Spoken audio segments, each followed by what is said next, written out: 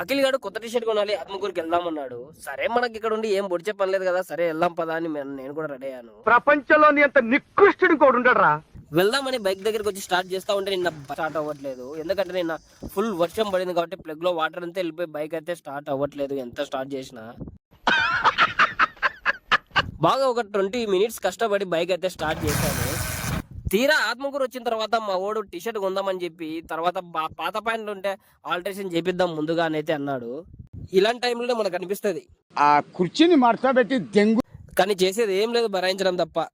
ఇక ఆల్టరేషన్ చేయడం అయిపోగానే కొత్త టీ షర్ట్ కొందామని బట్టల షాప్కి అయితే వచ్చాము. వీడు కొనిందేమో ఒక టీ షర్టే, కానీ ట్రైల్ వేసిందేమో 30-40 టీ షర్ట్లు. అలాంటప్పుడు షాపు ఓనర్లకి అనిపిస్తుంది.